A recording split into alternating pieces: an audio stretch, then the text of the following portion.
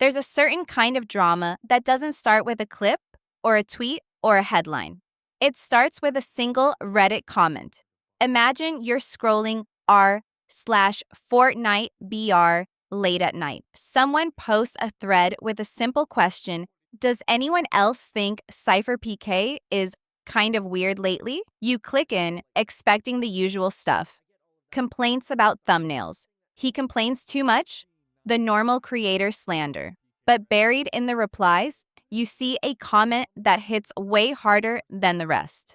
They say that in Cypher's chat, if you ask why he's playing with a transphobe, you get banned. No screenshots, no names, just a story. And then they add the line that really sticks. This is everything I need to know about him. Now, here's where it gets messy. On the surface, it's just one anonymous user sharing their experience. Could be true, could be exaggerated, could be completely made up. But in the world of online reputation, it almost doesn't matter. The idea lands first, and proof comes, maybe never. People start reading that comment and filling in the blanks. They imagine a mystery collaborator, someone controversial, someone with a bad history, someone labeled transphobic. They picture Cypher queuing up with them, and mods instantly nuking anyone in chat who questions it. No discussion, no nuance, just silence. To some readers, that fits perfectly into a pre-built narrative. Of course, he protects his brand. Of course, he bans criticism. Of course, he shields his friends. Even though there's no article, no exposed VOD, no official mod logs, the comment becomes a kind of emotional evidence. It's not he did X on stream at this timestamp. It's this is who he really is. And this is where the tension really lies. Because from Cypher's side, at least from what we actually know, there's nothing concrete here. He hasn't done a public statement saying, yes, I ban people for asking about this. There's no investigative piece naming the collaborator, no Twitch action, no YouTube strike, just a Reddit thread. But in some corners of the community, that's enough to plant a seed. It tracks with how strict his mod team is. It matches how brand safe he seems. It's exactly what I'd expect from someone protecting a sponsor-friendly image. In other words, the allegation doesn't have proof, but it has vibes. And vibes spread fast. There's no explosion this time, no trending hashtag, no mass unfollowing. This isn't one of those controversies that tears through Twitter in an afternoon. It's quieter than that, smaller, more insidious. It lives in whispers, in DMs, in comments like, yeah, I've heard some stuff about him. And that's why this story actually matters, even as an unverified claim, because it shows how fragile creator reputations are in the age of anonymous platforms. You don't need a clip. You don't need receipts. Sometimes all it takes is one person saying, I got banned for asking the wrong question. And suddenly a chunk of the audience believes a streamer doesn't just have rules, he has something to hide. With SypherPK, there's no solid evidence that he's running cover for a transphobe friend. But the fact that a single comment can quietly reshape how some people see him, that's the kind of slow burn drama you'll never see in a headline, but you can definitely feel in the way people talk about him. But sometimes, the drama isn't about invisible moderation. Sometimes it's about one creator calling out another for simply ignoring them. The title hits you before the video even loads. Why SypherPK and T5G hate me. Blocked. It sounds like classic YouTube drama bait until you remember there's a real, much smaller creator on the other side of that thumbnail, staring at two of the biggest Fortnite names and wondering, what did I do for them to block me? So here's the picture. You've got SypherPK, massive channel, brand deals, his own studio. You've got T5G, one of the biggest Fortnite compilation and lore channels on the platform. And then you've got a smaller creator, no team, no editors, just grinding thumbnails and hoping the algorithm notices. At some point, their paths cross. Maybe the smaller creator made commentary videos about them. Maybe they copied a style a little too closely. Maybe they fired off one too many edgy tweets. We don't have the full receipts. What we do know is that one day, this creator realizes SypherPK and T5G have both blocked them. No DMs, no public callout, just blocked. Now, if you're a big name, blocking someone is basically housekeeping. You filter out noise, mute drama, keep your feed usable. But if you're the one getting blocked, it feels completely different. It feels personal. So the smaller creator does the one thing they do have the power to do. They hit record and tell their side. They talk about being ignored, about shouting into the void while the giants in their niche pretend they don't exist, about how it feels to watch your ideas, your style, your commentary swim in the same pool as creators 100 times your size, only to be shut out, not shouted out. On its own, it's not a huge story. There are no mainstream articles, no esports sites writing breakdowns, no Twitter storms. The video lives in a quieter corner of YouTube, recommended to people who already watch Fortnite commentary, drama channels, or videos about big creators versus small creators. But for the people who do see it, the narrative is strong. SypherPK and T5G, the giants, have silenced a little guy. The algorithm does its thing. The title, the word hate, the parentheses around blocked, it all invites curiosity.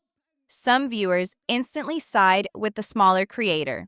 Others roll their eyes and say, you probably got blocked for being annoying. A few go to Cypher's channel or T5G's comments and start stirring the pot. Why did you block this guy? Why won't you address what you did? And from Cypher's side, nothing. No response video, no comment on stream, no public statement at all, which ironically gives the story even more oxygen. Silence lets people project whatever they want. Guilt, indifference, or simply the reality that huge creators don't have time to respond to every person who feels slighted. In the grand scheme of SypherPK's career, this isn't a scandal. There's no evidence of harassment, no campaign to destroy a smaller channel, no proof of some coordinated attack. All we really have is a block button pressed somewhere along the way, and a creator who decided to turn that into their own content. But that's exactly why this tiny drama is interesting. It shows how different the internet looks depending on where you're standing. From the top, a block is just digital hygiene. From the bottom, it can feel like rejection, sabotage, even hate. And in a world where attention is currency, that feeling alone is powerful enough to become a video, a title, a story, even if the people named in it never say a single word back. But beyond the drama with other creators and moderation mysteries, there was a moment when Cypher's personal life became the internet's obsession. The notification pops up like any other. A new post, a new statement. But this one isn't a thumbnail or a stream announcement or a brand deal. It's SypherPK telling the world that his marriage is over. No drama title, no clickbait, just a simple, heavy reality. After almost 10 years together, he and his wife, Daniela, are separating. For a second, the internet actually pauses. Most people react like normal humans. Shock, sadness, respectful comments. I'm so sorry. Wishing you both the best. Relationships are hard. This is someone they've watched for years, celebrating milestones, anniversaries, little glimpses of their life together on stream. But that calm doesn't last because the modern internet doesn't know how to sit with silence. It has to fill it. Within hours, TikToks start appearing. YouTube commentary channels crank up their timelines. Reddit threads move from, damn, that's sad, to, okay, but what really happened? People start stitching old clips of Cypher, old photos, random interactions, trying to build a storyline out of fragments. Some creators jump straight to the most dramatic version possible. There has to be cheating. There's no way they just grew apart after 10 years. You don't separate out of nowhere like that. Suddenly, videos are popping up with titles like The Truth Behind SypherPK's Divorce or What They're Not Telling You. And inside those videos, speculation, guesswork, gut feelings dressed up as analysis. No proof, no receipts, just vibes. It gets bad enough that if you search his name, you don't just see Fortnite highlights and educational breakdowns anymore. You see thumbnails with sad faces, broken hearts, and the word cheating stamped across them. And eventually, Cypher has to address it.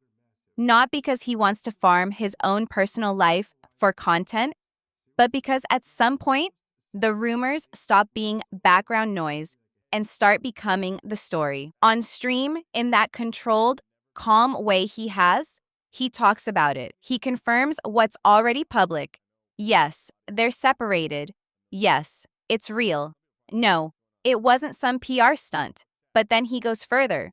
He calls out the rumors directly. He says there was no cheating, that a lot of what's being spread is flat out fake, that people are throwing wild accusations at a situation they know nothing about. He asks for something the internet rarely gives: privacy, respect, space for both of them to figure out their lives without millions of strangers constructing fan fiction about who hurt who. And here's the important part. There's still no evidence of infidelity, no exposed messages, no third party, no confirmed scandal. Just a wave of content built on the assumption that if a relationship ends, someone must be the villain. Sponsors don't drop him. Platforms don't punish him. His career doesn't collapse. But his personal life, that's a different story. Suddenly, every move, every stray comment, every new face in his content gets scanned for clues. Did he move on too fast? Is this a soft launch of someone new? Is this proof that the rumors were right all along? And that's why this moment matters. Not because SypherPK got caught doing something, but because he didn't. And people still tried to write that script for him. It's a reminder that the biggest cost of being a public figure isn't always a ban or a brand deal or a hashtag. Sometimes it's realizing that when your real life breaks, the internet will still try to turn it into an episode. So what do these 3 moments tell us about SypherPK? That creator drama doesn't always start with receipts or exposed clips. Sometimes it starts with a Reddit comment, a misunderstanding, or the internet's inability to sit with personal tragedy without filling it with speculation. Cypher's controversies are quieter than some of the biggest creator dramas we see. There's no massive scandal, no multi-video expose, no corporate fallout. What there is something more insidious. A background hum of whispered accusations, blocked creators claiming they were silenced, and strangers writing romantic tragedy out of his actual life. Through it all, Cypher has maintained his calm, measured approach. He doesn't scream into the camera. He doesn't make 20-minute response videos. He just keeps streaming, keeps creating, and occasionally steps in when the speculation gets too loud. But his story reminds us that in the age of social media, the most powerful drama isn't always the loudest. Sometimes it's the quiet questions people whisper to each other. Sometimes it's the stories nobody can prove, but everyone kind of believes anyway. And that's it for today's video. What do you think about SypherPK's controversies? Are they unfair accusations? Or do you think there's something to what people are saying? Drop your thoughts in the comments. I love hearing different takes. If you enjoyed this deep dive, make sure to hit that like button, Subscribe if you haven't already and share it with someone who'd find it interesting too. It really helps the channel grow and it keeps me motivated to bring you even more wild stories like this one. Thanks for watching, and I'll see you in the next video.